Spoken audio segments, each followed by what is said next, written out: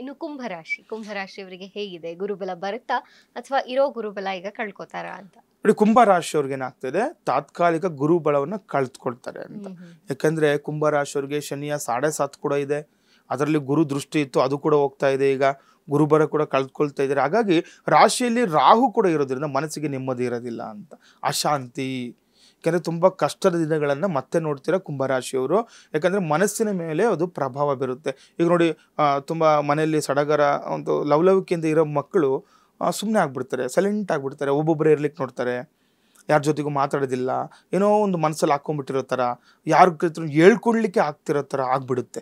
ಹಾಗಾಗಿ ಸ್ವಲ್ಪ ನೀವು ಹೆಚ್ಚಿನ ಜಾಗ್ರತೆ ವಹಿಸಬೇಕು. ಯಾರೆಲ್ಲ ಕುಂಭರಾಶಿಗಳಿರ್ತೀರಾ, ರಾಶಿಯಲ್ಲಿ ರಾಹು ಇರೋದ್ರಿಂದ ಸುಮ್ಮನೆ ಏನಾಗುತ್ತೆ, ನಮಗೆ ರಾಹು ಅಥವಾ ಕೇತುಗಳು ಬಂದ್ಬಿಟ್ರೆ ಕೆಲವೊಂದು ತೊಂದರೆಗಳನ್ನೇ ಅವ್ರೇನು ಮಾಡ್ಬಿಡ್ತಾರೆ, ಎಲ್ಲರನ್ನೂ ಬಿಟ್ಟು ದೂರ ಹೋಗುವಂಥದ್ದು, ದೇವಸ್ಥಾನಗಳಿಗೆ ಮಠ ಮಾನ್ಯಗಳಿಗೆ ಹೋಗುವಂಥದ್ದು, ಇದೆಲ್ಲ ಕೂಡ ಆಗುತ್ತೆ. ಹಾಗಾಗಿ ಸ್ವಲ್ಪ ಹೆಚ್ಚಿನ ಜಾಗ್ರತೆ ವಹಿಸಬೇಕು. ಮನಸ್ಸಿಗೆ ಕೂಡ ನೆಮ್ಮದಿ ಇರೋದಿಲ್ಲ, ಅಶಾಂತಿ.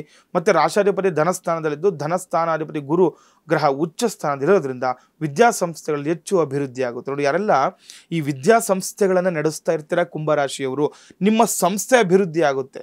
ಯಾಕಂದರೆ ನೋಡಿ, ನೀವು ನೋಡ್ಬೋದು, ರಾಷ್ಟ್ರಾಧಿಪತಿ ಧನಸ್ಥಾನದಲ್ಲಿದ್ದು ಮತ್ತು ಧನಸ್ಥಾನಾಧಿಪತಿ ಗುರುಗ್ರಹ ಉಚ್ಚ ಸ್ಥಾನದಲ್ಲಿರೋದ್ರಿಂದ ಏನಾಗುತ್ತೆ, ನಿಮ್ಮ ವಿದ್ಯಾಸಂಸ್ಥೆಗಳು ಪಾಠಶಾಲೆಗಳನ್ನು ಯಾರು ನಡೆಸ್ತಾ ಇರ್ತಾರ, ಸ್ಕೂಲ್ ಕಾಲೇಜುಗಳನ್ನು ಯಾರು ನಡೆಸ್ತಾ ಇರ್ತಾರೆ ಕುಂಭರಾಶಿಯವರಿಗೆ, ನಿಮ್ಮ ಸಂಸ್ಥೆ ಅಭಿವೃದ್ಧಿ ಆಗುತ್ತೆ, ನಿಮ್ಮ ಸಂಸ್ಥೆಗೆ ಒಳ್ಳೆ ಹೆಸರು ಬರುವಂಥದ್ದಾಗುತ್ತೆ, ಒಳ್ಳೆ ಅವಾರ್ಡ್ಗಳು ಬರುವಂಥದ್ದಾಗುತ್ತೆ. ತುಂಬ ವಿಶೇಷವಾದಂತಹ ಫಲಗಳನ್ನು ಮತ್ತು ನಿಮ್ಮ ಸಂಸ್ಥೆ ಅಭಿವೃದ್ಧಿ ಆಗುವಂಥದ್ದು ಕೂಡ ಈ ಕುಂಭರಾಶಿಯವರು ನೋಡ್ಬೋದು ಅಂತ.